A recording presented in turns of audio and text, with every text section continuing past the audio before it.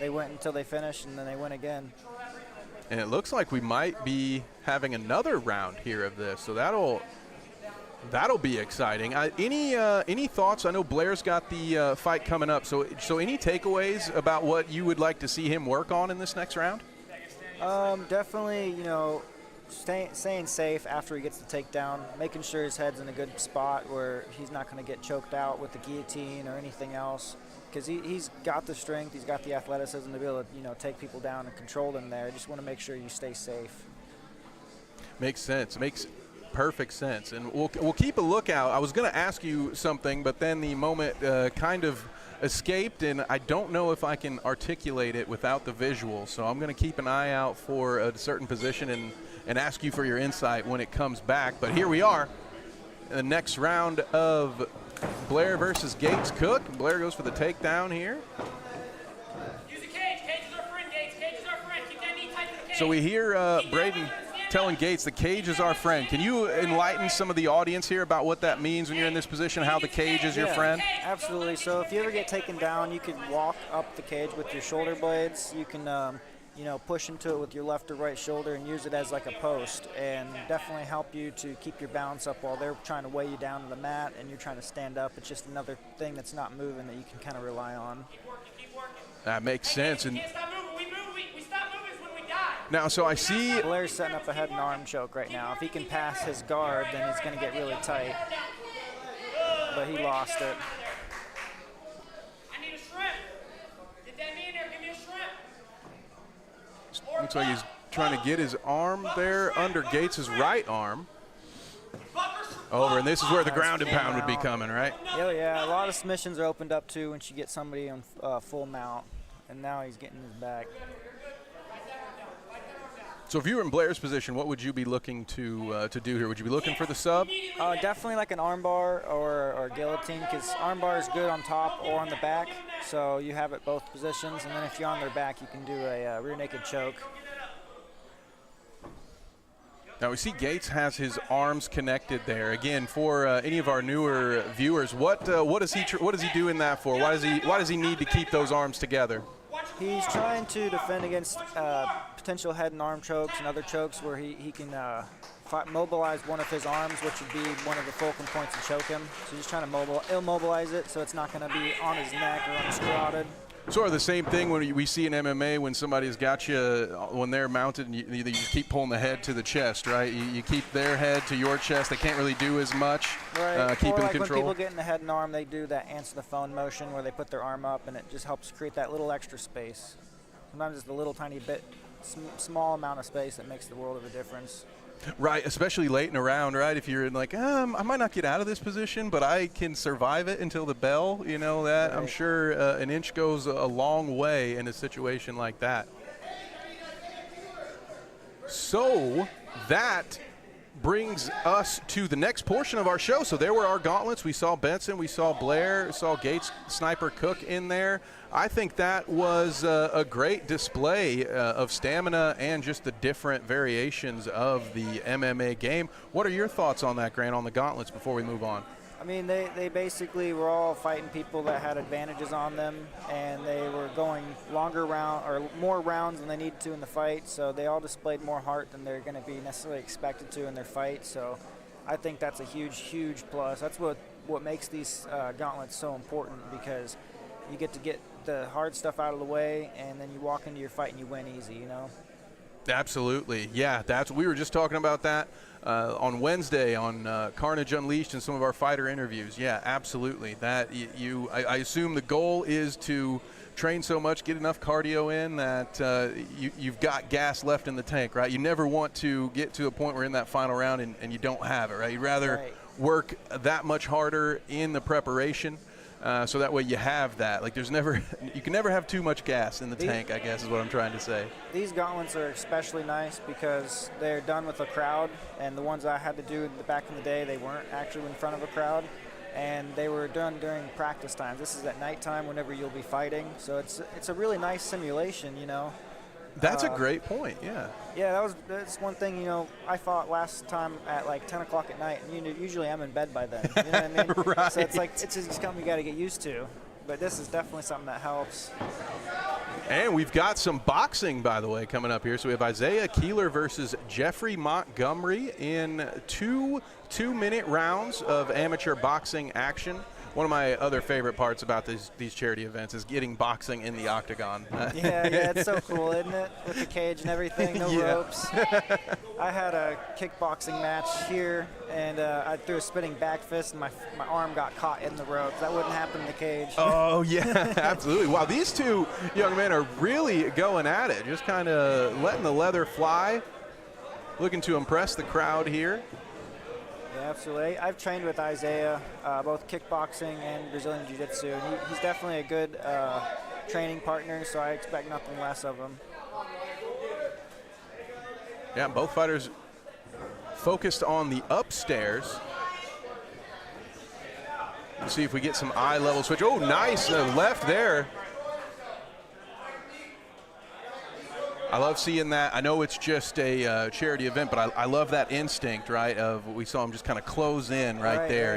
And look for what could have been a finish if it were a one of those Saturday night 10 p.m. bouts, right? Right. A lot of times this is our fighters' chances to get our hard rounds in, because usually when we're at our practices, we're usually trying to take care of each other as much as we can, because we all have fights coming up and we all have jobs to get to, so nobody's trying to get beat up too bad at practice.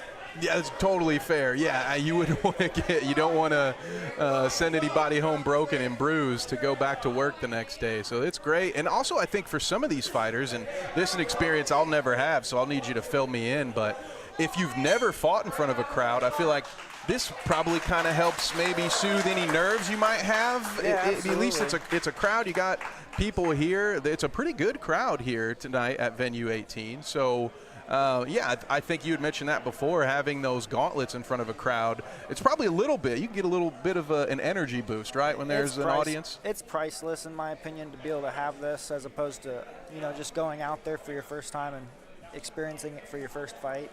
Because that was like a big thing for me, and it didn't go away until I got hit in the face. Like, I was really nervous. They shut the cage, and it was like, oh my, this is real. We're being locked in a cage together. We're about to fight. So it's just all those nerves are, adding up. So having all this in front of the crowd first is a huge asset for sure. Yeah, I think you said that first punch probably usually snaps you in, right? Like, okay, yeah, I'm here. I'm ready to work. Yeah, gets the attitude going. So once again, folks, this is a charity event for Steve Yonts. Everybody who is in attendance live has donated to the cause, and we love that very much. And we're off to round 2 here in this boxing match. Up next, we've got more boxing from Venue 18 in Fostoria, Ohio. Nice head movement here. Yeah, I like that. Some good footwork, too, from him. Some pretty heavy, clean shots, too. Is there a big advantage? I just noticed. It took me a minute. Amin would be ashamed of me for not noticing the footwear game, but how big is the difference? Somebody fighting with their shoes on and somebody fighting barefoot? Honestly, it depends on what you're used to, because I've put on a pair of wrestling or pair of boxing shoes after not wearing them for months, and I start tripping myself up. But if I start training in them, then I would have the advantage as opposed to not wearing them. You know what I mean? Yeah, absolutely. So this might have been a personal comfort level choice here to go without. So here we go. More action coming. Looking for the jab there. Nice response.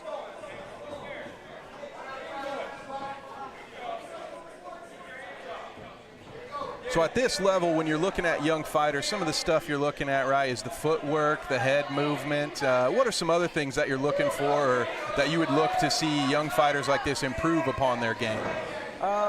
Definitely head movement's a big thing, just because that's where most of your counters are going to open up. You hear people yell out in the crowd a lot of times, like coaches in corners saying, make them miss, make them pay. And that's huge, where if you find them or catch them out of position where they punch right over your head or your ear, now you've opened them up for a world of counters, and there's a lot of options you can go to from there. And there we go. That ends round number 2, which I believe will end our bout here. So first boxing bout in the cage tonight is in the books. Isaiah Keeler versus Jeffrey Montgomery. It was a really good match, really good bout. Yeah, I always enjoy seeing the young guys get in there. That's been something that's been one of the perks to this job. You know, we've done a lot of young Guardian shows, and they have some really young, high-level talent there, and it's great to see. You know, this is the type of sport where you get into it early enough, you've got quite a lot of years that you can apply it. So to see some of these kids at 6, 7 years old and the footwork they have, it's like I wouldn't go to a practice where they were there. I'd be embarrassed, you know, at their Have skill you ever level. been to the jiu-jitsu matches where there's kids and stuff competing? I have not, but it's on my list of things to do. Hey, if we can get to call one, I would love that. But usually is what you see when you go there is the kids have cleaner technique than the adults, and it's kind of crazy. It's because, in my opinion, maybe it's because they were just taught that at such a young age, they just absorb it like a sponge. But usually you see those kids in there and they have perfect technique, picture perfect. so it looks like my apologies, everyone. Looks like my card is incorrect as we have a grappling match going currently. We got a couple of big fellas in there. What do you think the difference is when it comes to the grappling game? You know, most of the time in the MMA boxing, people think heavyweights, they think the leather's flying, big knockouts. How different is it when you have some heavyweights grappling? Are we looking at the same style of stuff, or should we expect something different in this matchup? Usually you're just waiting for those big explosive movements. There's a lot more time in between those movements where, you know, they're not the light guys. They can't necessarily go 100% of the time just because they're moving a lot more mass. But usually you're expecting to see some moments like this right now, and then somebody's going to try to go for some submission or some takedown and just explode and run with it, you know. Yeah, it looks like Jacob's trying to put the guillotine on. Blake looks to have the hands, though, so I don't think it's locked in. There we go. We can see a little bit from that angle. Now, that's the right way to fight out of the guillotine, right? You're fighting for that wrist control, just trying to keep him away from. Hand fight and just pop your head out, basically, is the number one go-to on those. So is he looking for an arm bar when he's got his feet up right there, Jacob? He could be looking for an arm bar or a triangle choke. They're kind of interchangeable a little bit, and a lot of times if you don't get one, you'll just switch to the other. That makes sense. Here we go. Blake like now Blake's has on the his back. Oh, saved by the bell. And saved by the bell. That's a good first round. I think a lot of action there from the big fellas. So what are your takeaways after round one, Grant? That was definitely a good round. Blake is a really strong opponent, so I could definitely see he was struggling with Blake's strength a little bit. But if Blake had a little bit more time in that round, I'd like to have seen where he would have taken that back take from, because, you know, that's just the most dangerous place you could have anybody is right on your back, period, out of all jiu-jitsu, in my opinion. Okay, yeah, I mean, that's prime real estate, right? If that's you've got a lot of options from that position, especially, again, full contact MMA, you could do a lot. Absolutely. That's why usually when somebody's in the mount and they're getting punched in the face, they start rolling. Everybody, their coaches, everybody else, don't give up your back, because it's worse, you know, it's definitely worse. Yeah, not much you can do defensively from that position. Yeah, absolutely. It's all it is. It's just defensive. You got no offense from there hardly at all. It's just all defense, and even then you're getting beat up or you know, trying to get grinded on for a choke. And here we go, round two. Blake in the white shorts, Jacob in the all black. And so we see them with their heads here together. What's There the you go, oh, Blake. there we go. Blake with the takedown. Have a nice snap down. See the hand fighting here. Oh. I think he got overzealous with the legs, and he just was able to throw his legs over and pass his guard. And now it looks like he does have a choke on right now, Blake. Can't quite see if it's locked in. All right, now he's switching positions. So for Jacob here, this is a great example. Well, you got what you wanted from last round, right? Here we are again. Yeah, now we got some more time in the round 2. Let's see where he can take it. Looks like he's going for the rear naked. So now that we're here, is Jacob doing a good job defending this? We talked about how difficult it is to really do anything from this position, but how's he faring considering? Oh, and there we go. We have our answer. There's a choke. There's our answer. Is that the right idea, though, to try to press yourself flat to try to essentially, I guess, he was trying to keep Blake from getting an arm underneath for the choke? I don't think so, just because that's what they're supposed to do is flatten you out, you know what I mean? So if you can come back up to a nice base, it at least leaves you some opportunities to wrestle up back to your feet, to hand fight a little bit. Maybe if they have their boots in, which Blake didn't have his boots in, but you could start digging those out and fishing those out from your hips so you can start scrambling back up. So I think if you go flat, you're doing half the battle for them, basically, because that's one thing they want to do is stretch you out. That makes sense. Well, a good round there, and I think, Blake with the submission on that one, but generally speaking, I thought that was a great bout between these two. Grant, any thoughts on what we just saw from these two heavyweight grapplers? Yeah, no, it's always a pleasure to watch the heavyweights go. Just pure raw strength and power, and we got to see it displayed here tonight. It was awesome. Here we go. So we've got 15 fights on tonight's card. A mix of boxing, grappling, and kickboxing the rest of the way. It'll be 2 2-minute rounds for each fight. And we have John Bales making his way into the ring, a veteran of Carnage Fight Series kickboxing.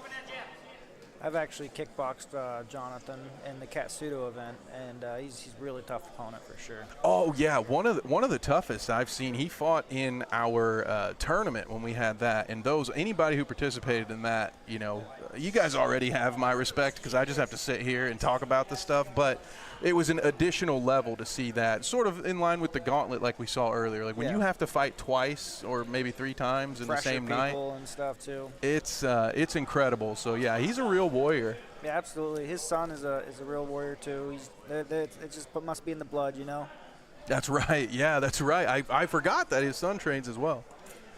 And it looks like, based on my sheet here, it's going to be John Bales versus LeBron Hunt in boxing. Now, guys, I will date myself a little bit here, but I got to tell you, as somebody who graduated high school the same year as LeBron James, it breaks my heart to see someone who's able to get in this cage that's named after LeBron. It kind of reminds me just how old I am.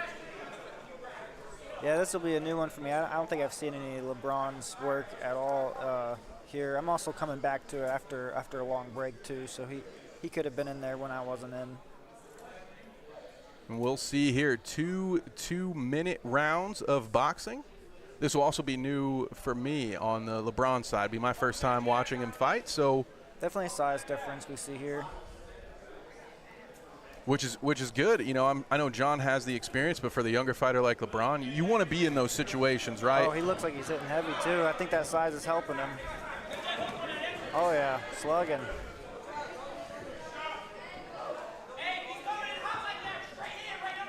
John, we see him doing some of that veteran stuff, switching stances, body jabs. I love a good body jab. LeBron looking good as well. Nice combo from John there. Since LeBron's got all that pressure, Johnny B's just definitely going to want to just keep that footwork, keep his opponent at bay, and stick and move, come in and out as much as he can.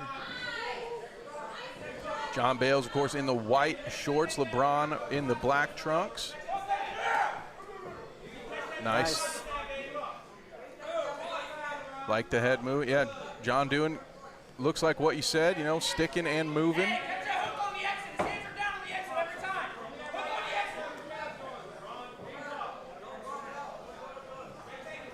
John with the jab upstairs, then goes down to the body.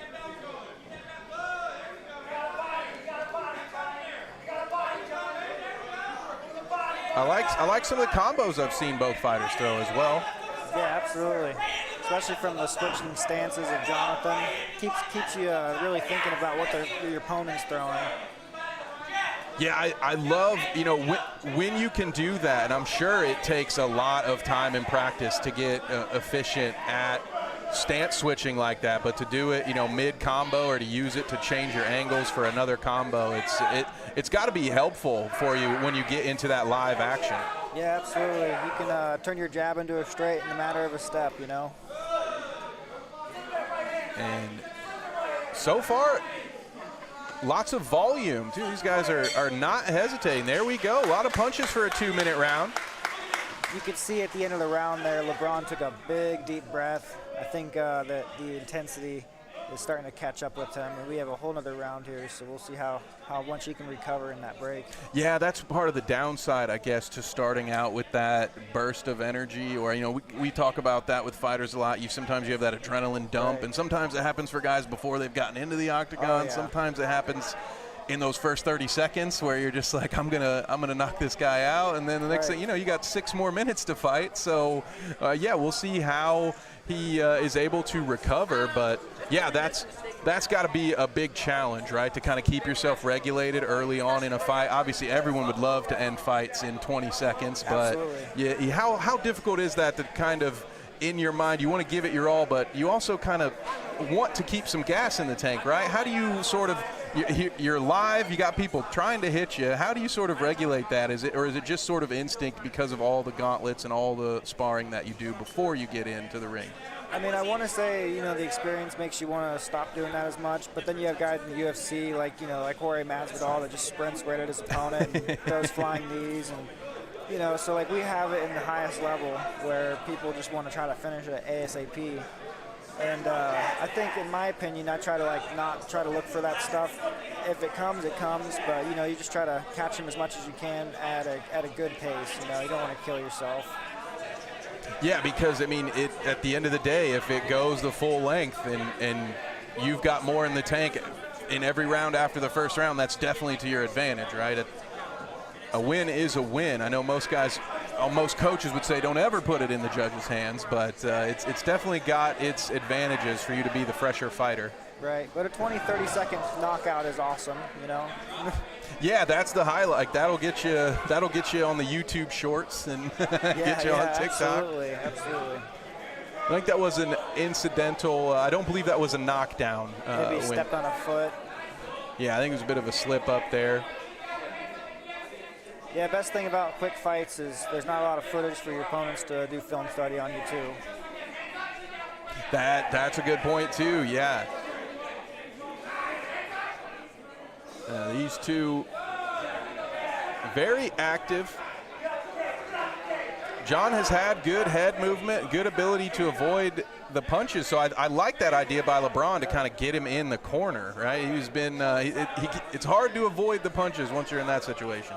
Yeah, LeBron's displaying pure heart here. You can see he's tired, but he's still being the aggressor, throwing in lots of hands, lots of combinations, and he's just pressuring into Bales as much as he can. And this could be, to me, one of the most valuable parts of doing this, right, is, you're in an arena, in an environment, you're tired, but you have to keep going, right? That's the experience you're going to have at some point in your career on a Saturday night when you're fighting under the lights. Yeah, absolutely. There we go. We've got some replay for you here.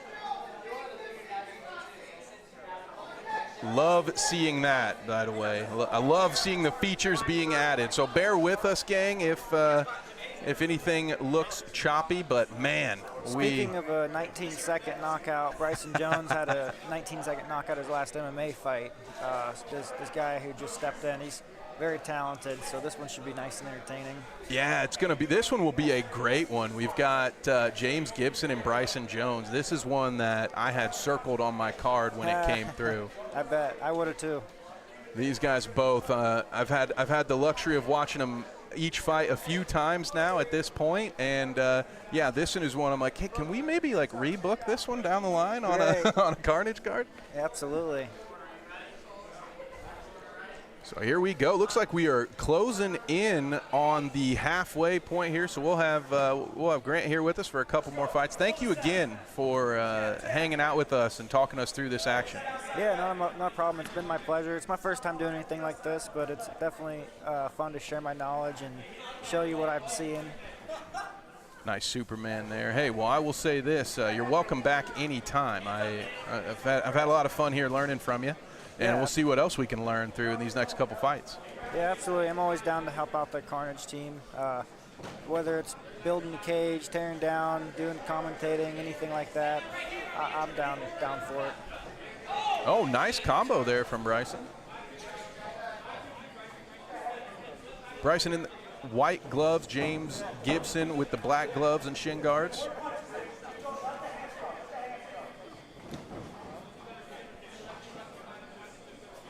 So far, pretty even matchup. Kind of feeling each other out a little bit. I don't think these guys really spend a lot of time sparring at the gym. Oh, so they might not be as familiar with each other. Nice rush there from Bryson. Yeah, sometimes with our schedules, sometimes we just don't see each other a lot at the gym, but we're teammates still, you know. That makes perfect sense. I know, especially you guys have multiple practices throughout the week, right? So some guys are, a Tuesday guy. Somebody might be a Thursday guy. Yeah, absolutely. Nice body kick there from Bryson. A lot of our guys try to train at multiple gyms too. Try to get different looks from different people. Good rush in from Bryson, and I think that is incredibly beneficial, right? Well, is that your experience too? Do you like to get around and travel and practice with some different guys too? I definitely want to start. I haven't really too much. It makes me feel guilty, like I'm cheating on my gym, but that's just a me thing. So I think it is extremely valuable, and you should do it. I just need to be more open to it and find some places. Like I want to go out to Toledo and go to Garcia MMA. Hey, yeah. And there's some places around that I want to go to. I've been out to Superfly, like Devin Mazik's gym before. Yeah. So that was first time I ever got to train with David Music, and now he trains out here with us full time.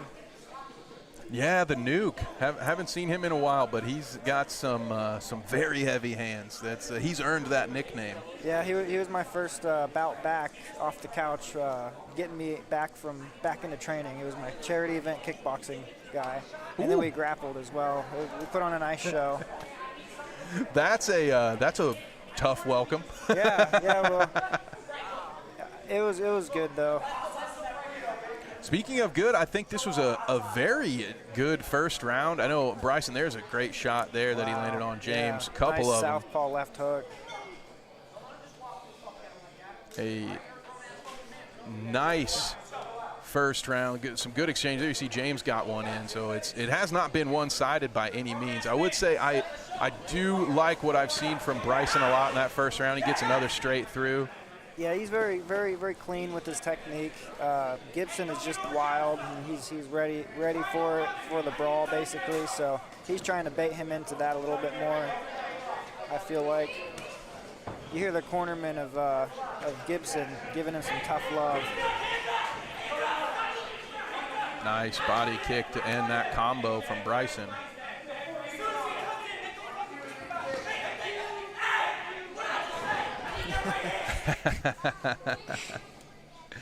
Sometimes I ask fighters if they can hear Coach in the cage, but I know I know he's hearing this. Yeah.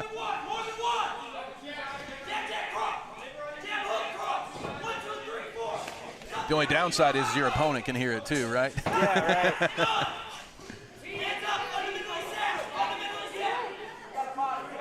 Comes in, nice shot from Bryson again.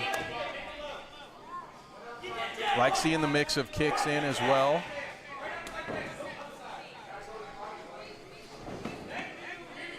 I like it when they like to mix them up a lot more with the strikes, with the hands and then the feet, instead of just throwing them naked. Yeah, I mean, that's the beauty of having kickboxing, right? You've got that whole additional arsenal opened up for you. Definitely in your best interest to utilize it. Oh, nice. It's like a Superman jab, right? GSP style.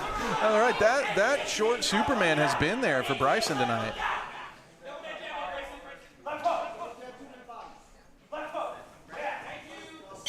Left hook there from James right at the end. That was a great fight. Grant, what were your thoughts on that bout? A lot of intensity from both parties. I think Bryson was very, very clean, very technical, where James was a bit more, trying to invite him into the brawls and stuff, trying to bait him into him. But very good from both people. And we see a couple of instances of that Superman jab, and that was very effective. I look forward to seeing that in the cage again from Bryson. Yeah, absolutely. So we've got another bout coming up. I believe we're right about at halfway. So we'll do one more with you, Grant, and then we'll have Josh come in if that works for you. Yeah, absolutely. I appreciate it again, man. It's been a pleasure. Yeah, it's been fun. And it looks like we've got here. Gonna have to tag Joe Rogan after this. Let's go. That's right. So we've got Charles versus Jackson. So Charles here in the white, currently on your screen, and Jackson will be rocking the American flag headgear and also the black gloves.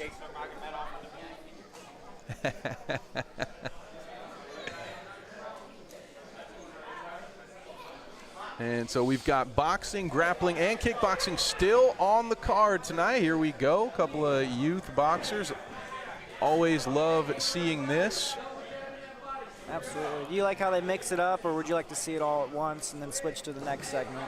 I do. I'm good with it being mixed up. I think it keeps things fresh because, the sickos like us, we can watch grappling all day long and try to learn about it and try to see, what they're doing. It's like watching, they talk about the chess match of combat sports. But I think for the more casual fans, I think it's nice to keep it mixed up. So right. If you're really just here for the striking, you don't have a whole section of it. But what are your thoughts? I mean, I think also for some of the guys doing multiple fights, it's probably the best. But what are you thinking?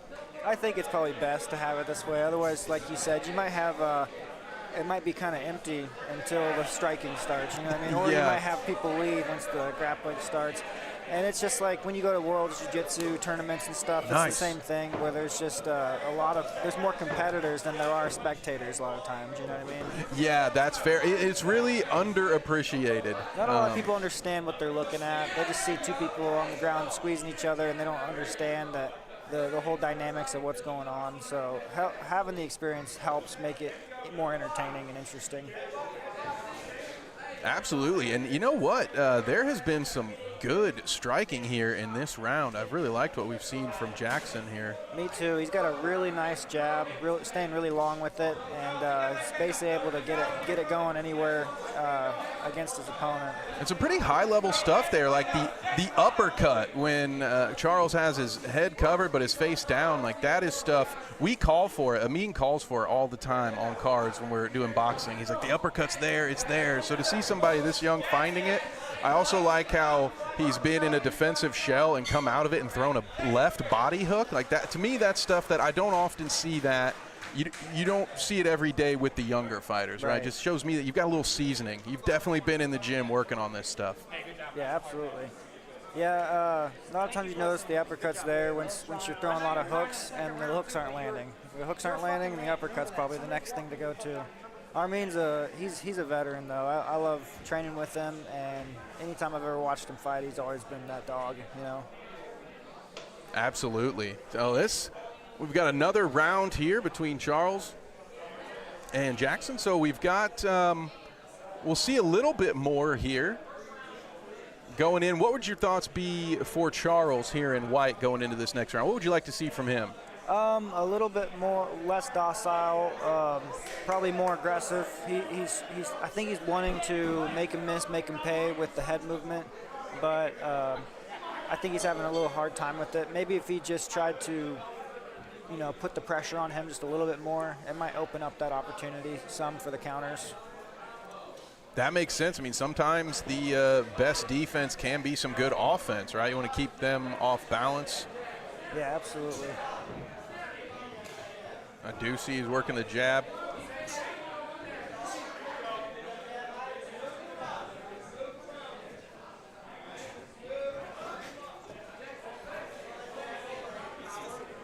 Yeah, seems that he's still looking. Oh, nice counter hook there.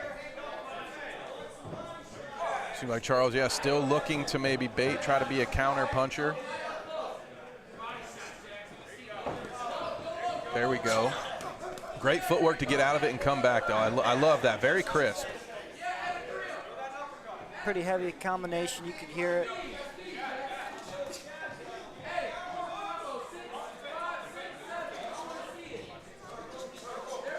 Keeping the pressure on.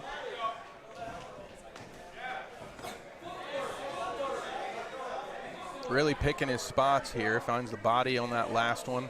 And now, just like we were talking about, now we see the hands are down, protecting those ribs. Starting to try to parry and open up with that straight left.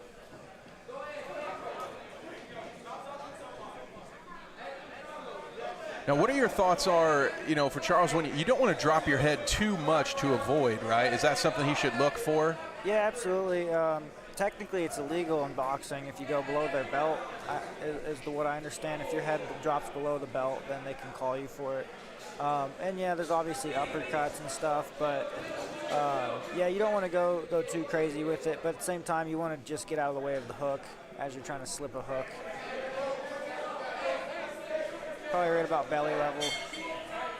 And there we go, the end of round 2. A good display there from Jackson. I think he's got some great footwork, a lot of good combos, and Charles, I think it still showed some good beginner qualities there. I think that he did some things right. We were just talking about the head movement, maybe not getting too low, but any final thoughts on this bout, Grant?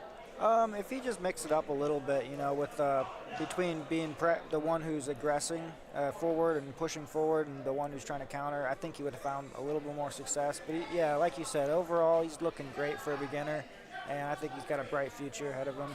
Both fighters are doing really good, though. That was a really impressive bout. And that will be our final bout together. Grant, thank you again, man, for coming on. It was great. I've had a pleasure watching your last fight. I hope we get to call another one of your fights again real soon. Anything you want to say? Anybody you want to shout out to the folks at home? No, nobody in particular. Just wanted to, thank my teammates for getting me through my last fight camp and helping push me and being everybody who was there for me to show support. And likewise, I'll be there for them and push them through their fight camps as well. But yeah, it has been a pleasure having you, and thanks for having me. Hey, anytime. You are welcome back. I'll put in words with the bosses, so if you ever want to come back, we'll have a spot for you. All right, thank you. Thanks, Grant. Take care. As we get ready for our next boxing bout, we've got another special guest commentator, somebody here to make sure I know what I'm talking about, all right? So, Josh, welcome, man. Thank you so much for joining us. Yeah, thanks for having me. So, we've got some boxing coming up here, some young fighters. What is this kind of stuff that you like to look for in these younger boxers? The footwork battle, winning that, and then keeping the distance. Distance management is very important. Yeah, absolutely. And the only other thing, I love it when I see some eye level changes too, because to me, I think that sort of signals that you've been practicing a little bit, right? That's such a huge thing. A lot of these young guys, it's just everything's upstairs. Oh yeah, and including feints as well.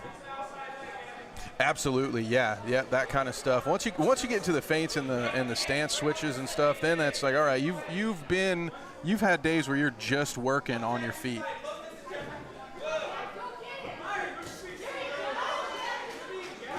Big flurry up top. Jeffrey's changing levels just like you were talking about. There we go. We see some footwork, a little bit of dancing there. Lots of head movement, especially from Gavin. Can there be such a thing as too much of that? Yeah, definitely. We kind of preach to our guys, make them miss, make them pay. So if you're doing too much head movement, you're not doing too much making them pay. So that makes sense.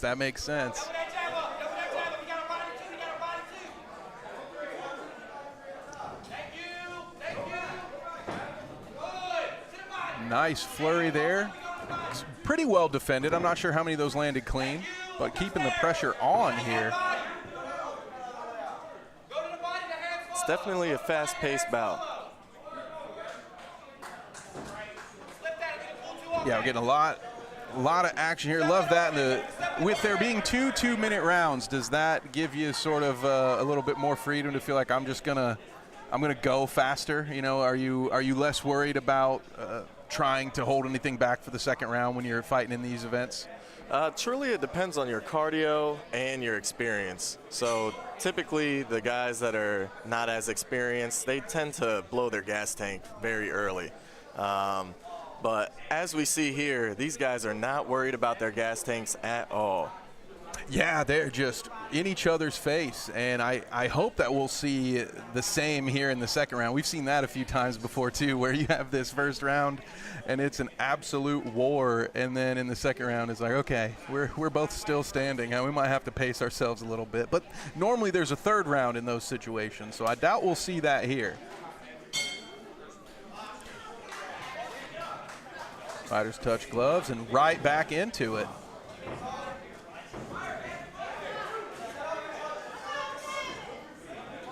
Foot is on the gas. Looking for the jab there. Active footwork. We talked a little bit about it. Have you had to box in an octagon before? And how much different is it, if you have, than the ropes? Yeah, I have. I've done a charity match just like this, and I just boxed. Now, I've only done that one time, just boxing, and I was only in there for about 8 seconds, so I can't really speak too much on it, but yeah, that's my I take. remember that. I was there for that fight, come to think of it. That's probably why I didn't remember it. Right.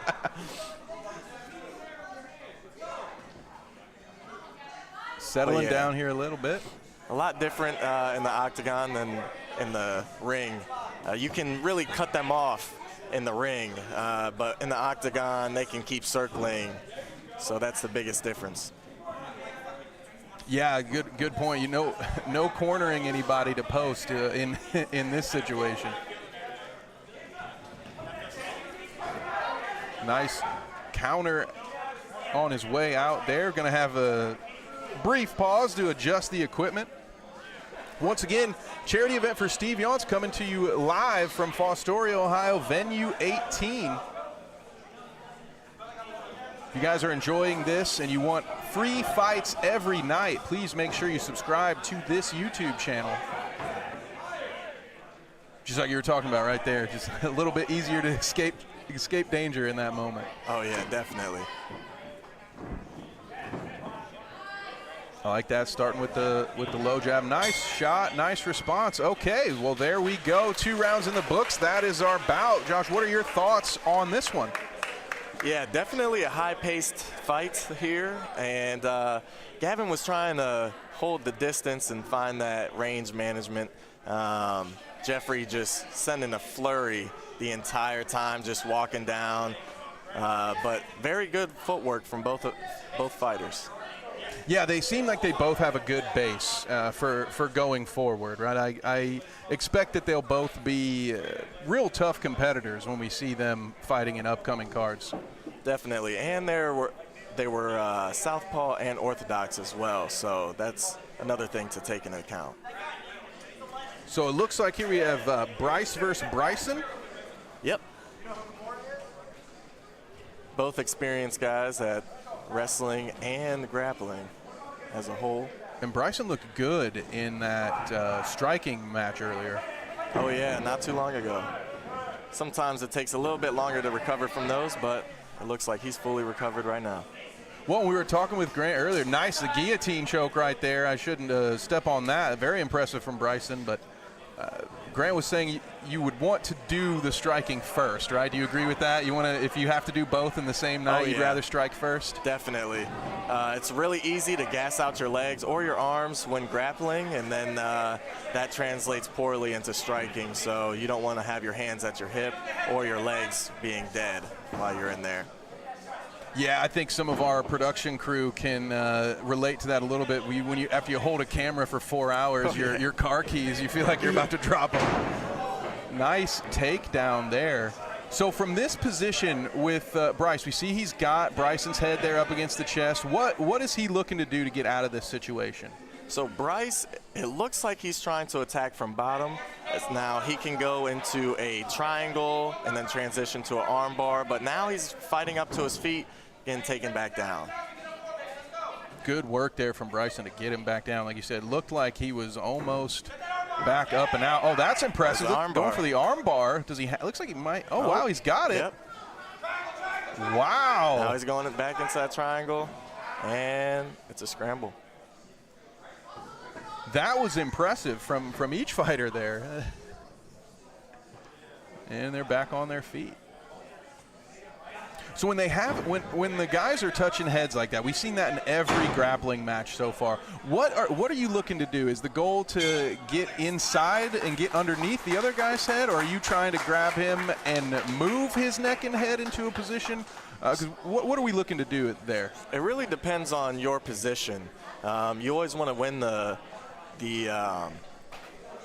head pressure battle, and typically I like to get the crown of my head right on their jawline and make sure that they cannot look. So if I can control where they're looking, I can control where they go. Makes sense. Okay. And we'll see. I'm sure we'll run into that again here pretty early in this next round.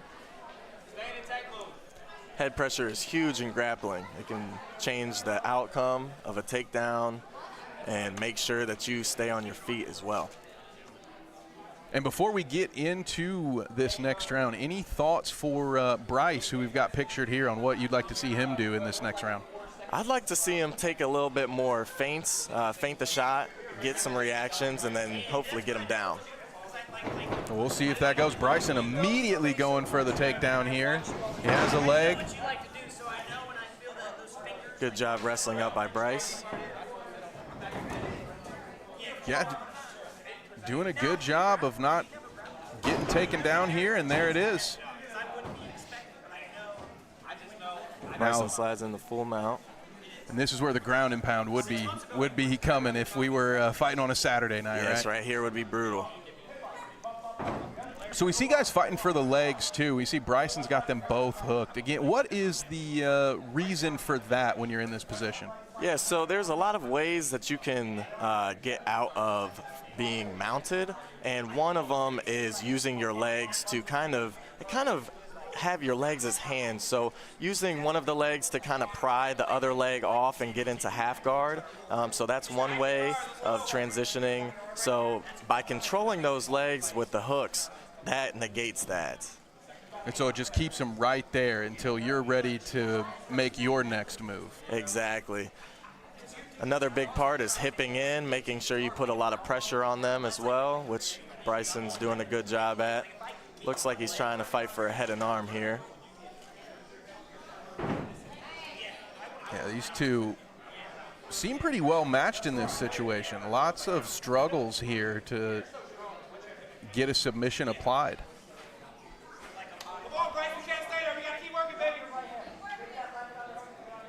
Bryce still trying, looks like he's trying to get those hips turned to get out.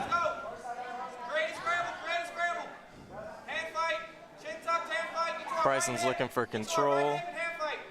And a bit of a slam, little takedown there. That's impressive.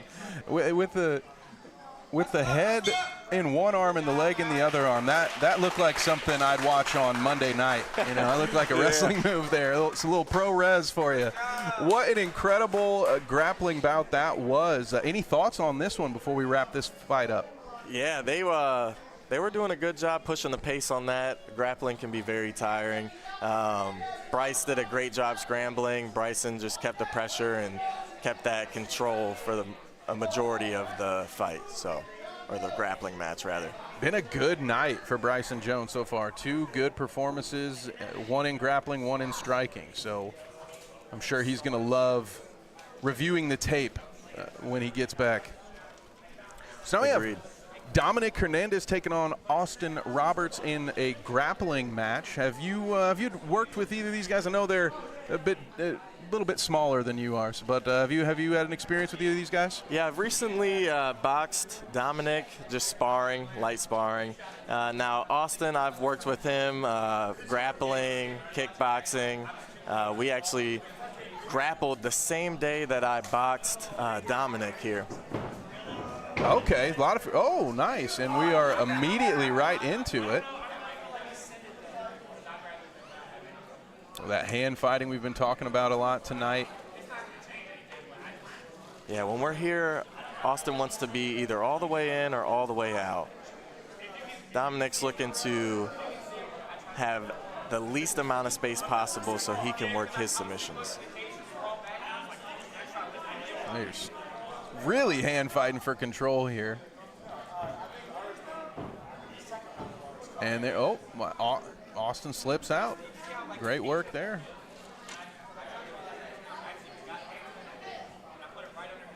Now I see Austin at times applying pressure, almost like he's trying to pin Dominic's shoulders down. As he, what do you think he's going for when he's doing that?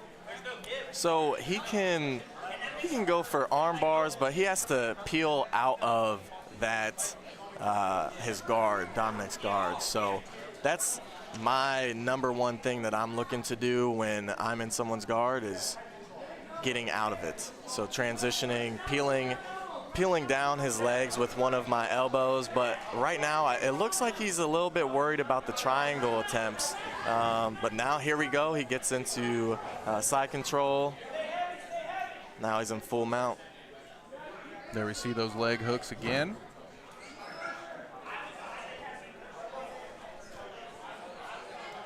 Looks like Austin has his left arm.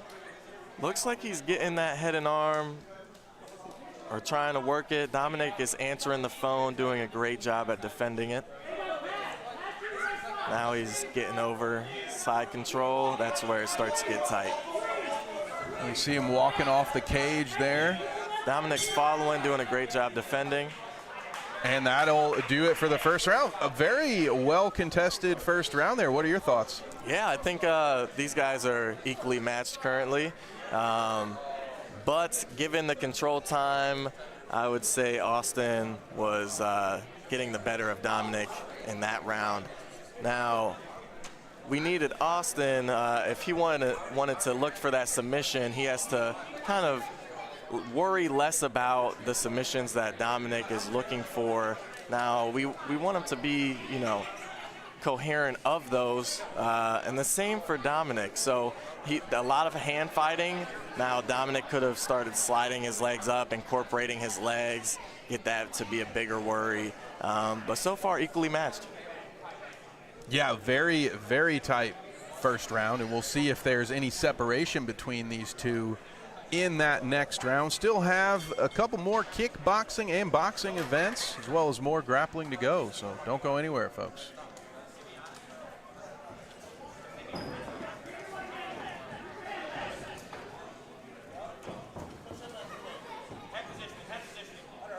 Tom keeping the pressure up, got Austin up against the cage.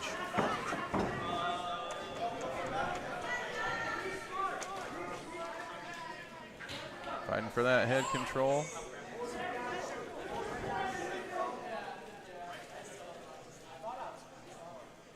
Bit of a stalemate at the moment. They take turns turning each other here. Yeah, this one's very back and forth now. Right here, head pressure is very important as they continue to fight for it and break off. And this is where, in an MMA fight, we'd probably start to see somebody throwing some knees or something to open that up. Oh, there we go with the guillotine for Roberts. And a tap. So there we go. What were your thoughts on that? That happened very quickly. Yeah, that tends to happen when you, they call it jumping the ghillie. That's when you kind of go back into your guard and just pull on the ghillie, and it gets really tight really fast. Great job by Austin. Yeah, that was an incredibly quick finish. And now here we are back against the cage. Now Dominic's looking to get that back.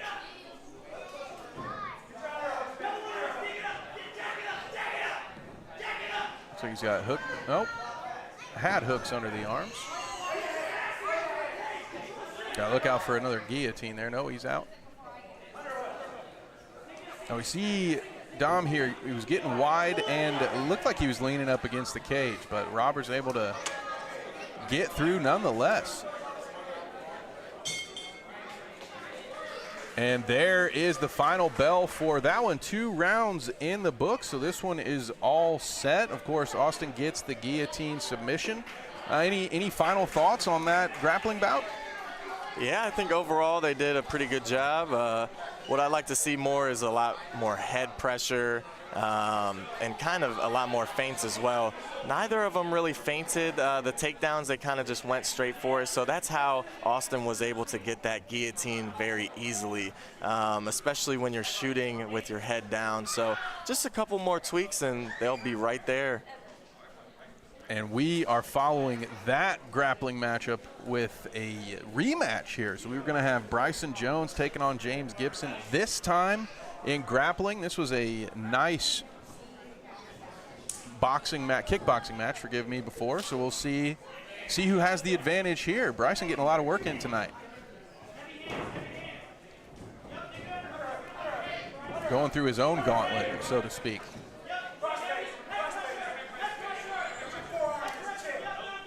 So we've seen this a couple times now with these guys up against the cage like this. When you are up against the cage, what are you looking to do? Was that like that push off there from Bryson, I assume? Yeah. So that's one of them. Trying to exit, making sure that you have a good underhook is always a safe bet for you as well. But yeah, winning the head pressure battle, that's a really big thing. Like I said earlier, that changes the outcome if you're going to be taken down or not, and also getting a wizard. And look, it seems like, Bryson just has some great positioning there. We saw him with, and now it looks like does he have that locked in? Connect the hands. Shoulder pressure. Gibson got off to side control, which is a great way to defend that guillotine. Trying to go for Jump. Nice, now he's got the head and arm. Okay. Beautiful transition. Well done. Take his back, Gib. Looking at going for the back take. And he has the body triangle locked up now. Wow. Incredible back and forth from these two. Great job at defending by Bryson. Yeah, he does a great job of staying wide in some of these situations.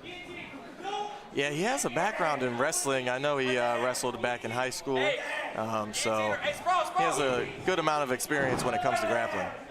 Oh, looks like he got the guillotine in there. Oh, potentially saved by the bell, but that was a great first round. Josh, what are your thoughts there? Yeah, amazing work by both of them.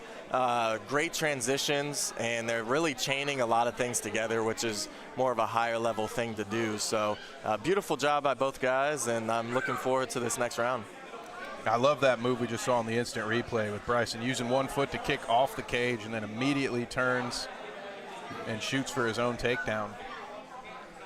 Yeah, especially when it's harder to just turn them with brute strength. That's when that kick, it comes in very handy. Yeah, well, I mean, and that's great octagon awareness. I almost said court awareness. Sorry, I'm a basketball player by trade, so every once in a while the wrong word slips out. But yeah, I mean, it's been pretty high-level stuff from these guys so far. I'm very impressed. I'm very impressed with Bryson. Hey, there we go. You got some merch over here.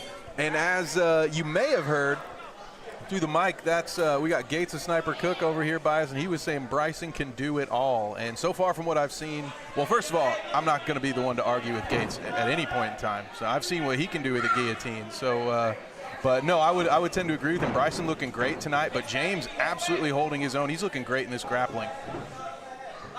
Looks like he's going for a Darce here. So for Bryson, is it all about the hands to get out of this? Yeah, and you can also belly down and make sure to defend it that way. Really hand fight and get another hand in to kind of, as a wedge, protects you as well. Wow. guys staying locked on each other here.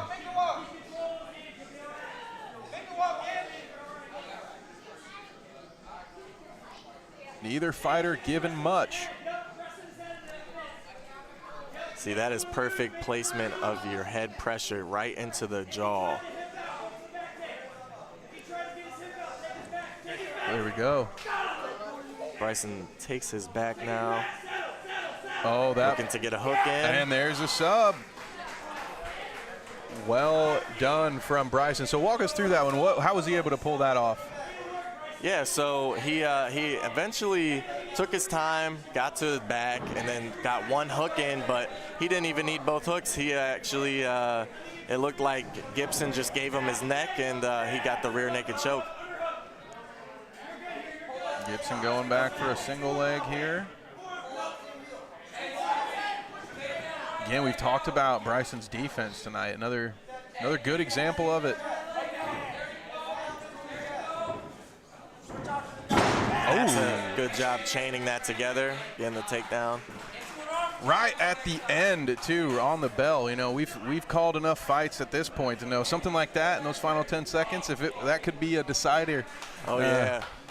So, wow, what about, Josh, what do you think about this one? This was one of the better grappling matches we've seen tonight. Yeah, just like their kickboxing match, that was very electric, very impressive by both guys. Great job defending on both ends, and Bryson, as we said, got the rear naked choke, so great job by both guys.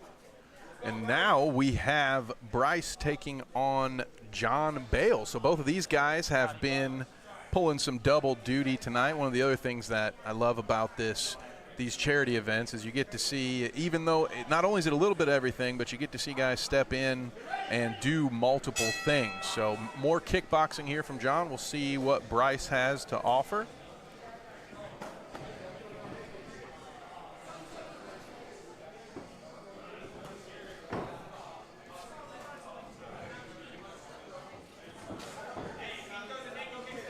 Definitely, John's definitely going to utilize the kick in kickboxing during this bout. Bryce is doing a good job at controlling the cage. All right, they're going to get restarted here.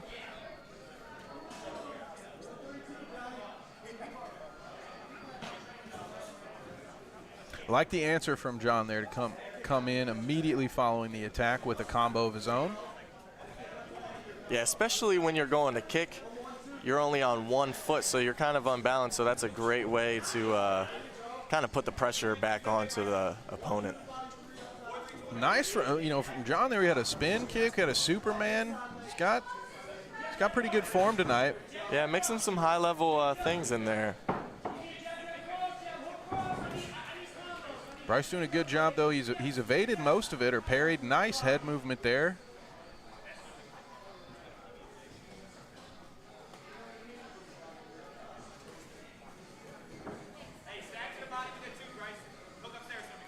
Still pretty even so far. Fighters kind of feeling each other out. Also, not their first fight tonight, so I'm sure as you get into your second or third bout on the charity event, your pacing changes a little bit. Right, and we were just talking about how grappling before your kickboxing or boxing can lead to some mistakes and ultimately being a little bit more tired, and as I said, your hands at your hips. So a big thing for both guys is to keep their hands up, chin down, and hopefully we see them pick up the pace here in the next round. Yeah, absolutely. So we've got 2 more minutes of kickboxing action coming up in this one. What are your thoughts just about kickboxing in general? Is it something that you like to participate in? Oh yeah, I love it. My base is striker, so that just comes naturally to me. I actually have a kickboxing match next week at the Cube, so if you guys are looking forward to seeing me perform in person, that will be Saturday the 26th in Findlay, Ohio at the Cube Kickboxing Amateur. And if you aren't local or aren't able to make it to the Cube, you can watch along with me on carnagemediappv.com. That is awesome. So I was made aware that we were having kickboxing on that card, which made me so happy. I actually started here at this company doing the kickboxing events that they were doing in Indiana. So it's one of my favorite things. I always joke, kickboxing is just what happens if I play you in UFC 5. You know, it's just like, that's all I'm doing, dude. Good luck. Just take me down. You're going to win. So that's great. I have not been, the full card has not been revealed to me. So that is huge. I can't wait to call your kickboxing fight. Yeah, looking forward to it. And as we were talking about, they are actually picking up the pace here in this next round. Yeah, a little more snap to these punches, too. I like that.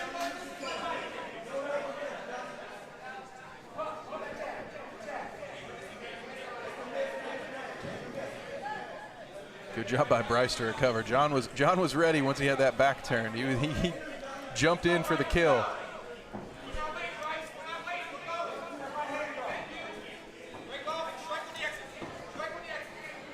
How hard is it, though, as somebody who, once you start doing MMA, when you get into kickboxing, maybe kickboxing probably more than boxing because you have that additional element, oh, I can kick. How hard is it to resist the urge to go for a takedown? Maybe not, I guess, for you. You say you're a preferred striker, but we've seen it a couple times in the kickboxing bouts where a guy kind of just goes on instinct and it's like, oh, I'm going to shoot for the double leg. Is it hard to resist those urges?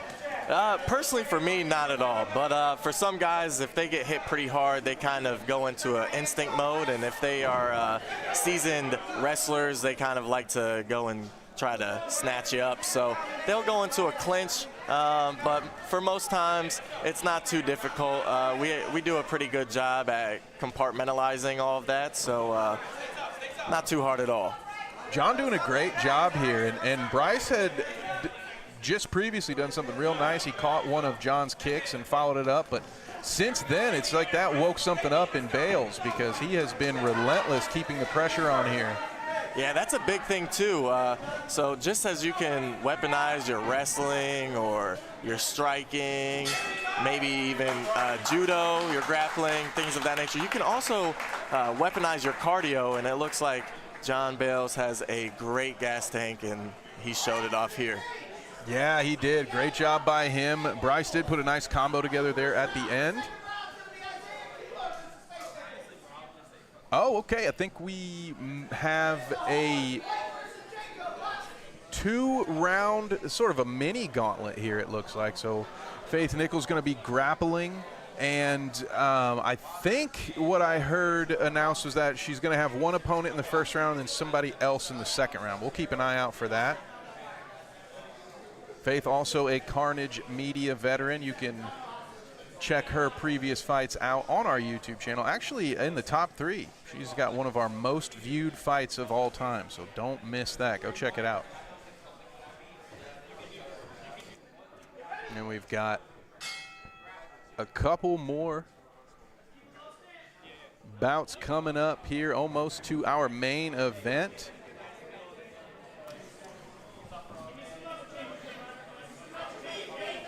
Faith's an incredibly tough competitor.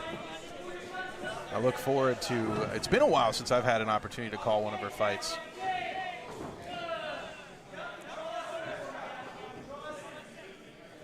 Now, when it comes to wrestling, you hear it talked about all the time in the striking part of the game, the difference between, you know, a much taller, longer fighter.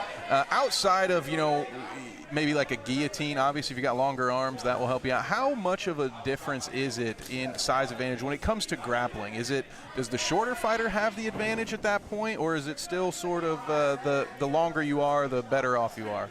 Yeah, so it's all situational, especially once they get to the ground.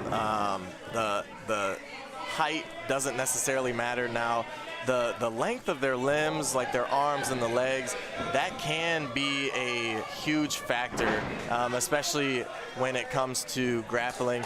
Now you can get things very easily like triangles and things of that nature. And Faith with the guillotine choke there, so she's got one sub.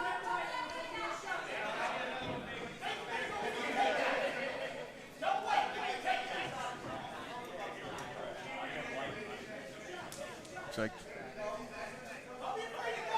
maybe setting up for a takedown.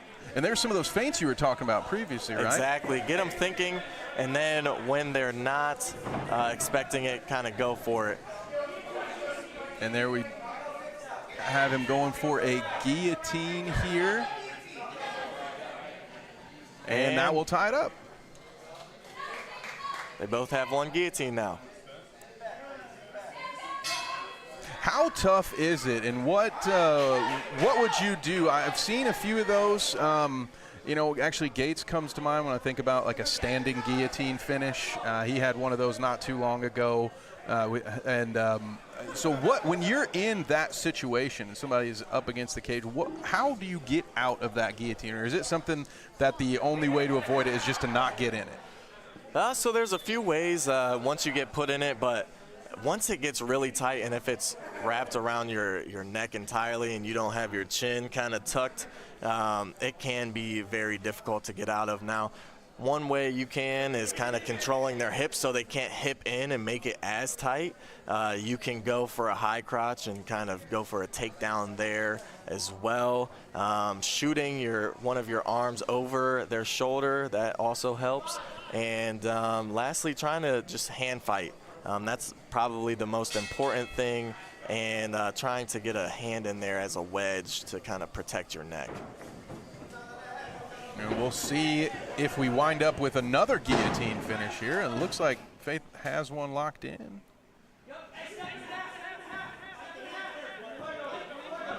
Is she transitioning to something else here? Oh, there we go. Trying to get his arm out. She has that Kimura grip and trying to go for an arm bar, it looks like. She bails out of that.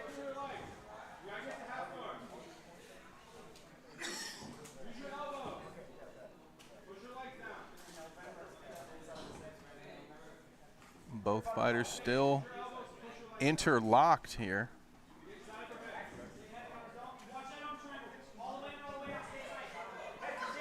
Still fighting for wrist control. Oh, Faith looking to get out there, unable to do so.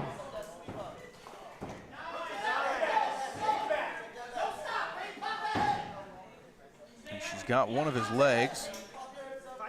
Both doing a great job at scrambling. I think he's got the choke in right now.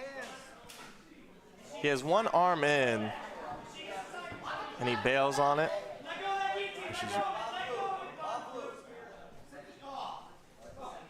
Frames on her neck. Looks like he's trying to go for an arm bar. She gets out of it.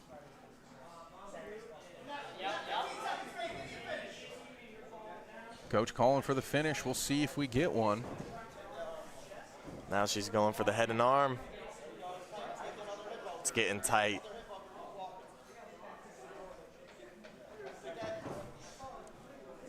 Still not out yet.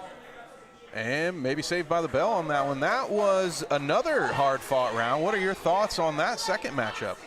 Yeah, the pace was very intense. It looked like they were trying to go for multiple submissions throughout the entirety of that round. Great job by both competitors. Incredible. Yeah, it looked good. I think they both did a lot of good things, as you said. And now we are on to our main event, the final fight of the night. It's going to be another rematch. Now, earlier we saw Blake and Jacob in some heavyweight grappling, and now they are moving on to striking. So we talked about it when Grant was here, how most of the time what the people want to see from the big fellas is the slinging of the leather. So we had a good grappling match between these two. We'll see. I think we're going to have another good one here between the striking. So here we go. And they touch gloves to start. That's always a good sign. Blake in the white trunks, Jacob in the red.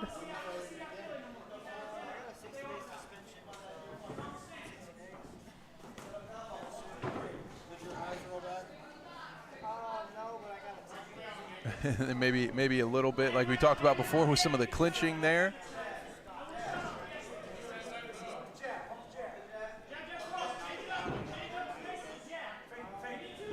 Both fighters keeping their distance here, probably looking to establish that range or maybe set up for a counter.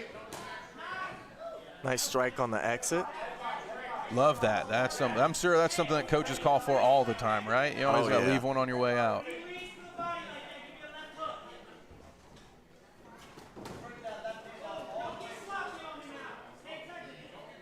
Good exchange from both fighters. Like you mentioned before, and as Grant mentioned before, when you do the grappling first, we kind of saw some of it. Coach just called out like, hey, let's not get, don't get too loose here. Let's not get sloppy. You can see that maybe some of those hooks aren't as tight as they would have been if they had done this before the grappling event. Yeah, big thing is trying to stay technical, especially when you get tired. That really changes the outcome of the fight. And it's that experience that you want, right? We've talked about that a little bit. We talked about it more with Grant before you came on, as far as like what you get out of these events as a fighter. And I think that fighting through something like this, you're gonna have to do it in the cage, right? When it's a Saturday night, like especially if you're going up against a grappler, we've talked about it, somebody whose instinct is, ooh, you got me good on that one, so I'm about to take you down. You have to be used to throwing those punches when your arms feel like jelly. Exactly. And defending yourself when they feel like that, just as important. Oh, nice strike on the exit. Exit right. That is exactly what you love to see. Big, big blow. Right at the end of the round as well. So we talked about that. If there were judges here, that would have been a nice way to end your round. Definitely. So any thoughts on this one between, well, let's see what would you like to see Jacob do a little differently here in the second round, or what can he build upon?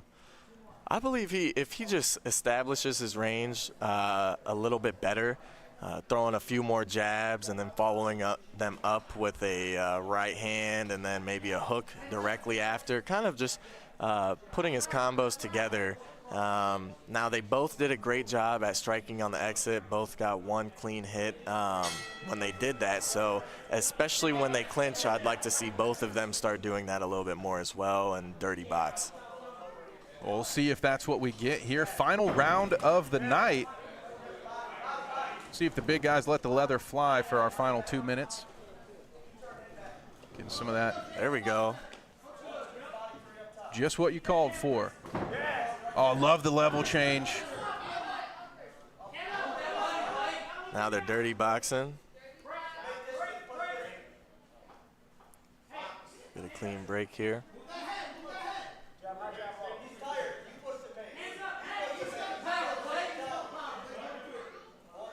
Blake looking to move back in. There he goes with another one. Oh, Jacob's going to want to not put his head that far low, right? I agree. Especially when you're getting this tired, a huge part of it is staying composed and kind of poker facing. Sometimes you'll confuse your opponent just by doing that and kind of keep them at bay. And there's the match. And there's the bell. Great work there from Blake. Great night of work from Jacob as well. And we are at the end here of our grappling event. Once again, this was a charity event for Steve Yonts, so thank you all very much for joining us here on Carnage Media.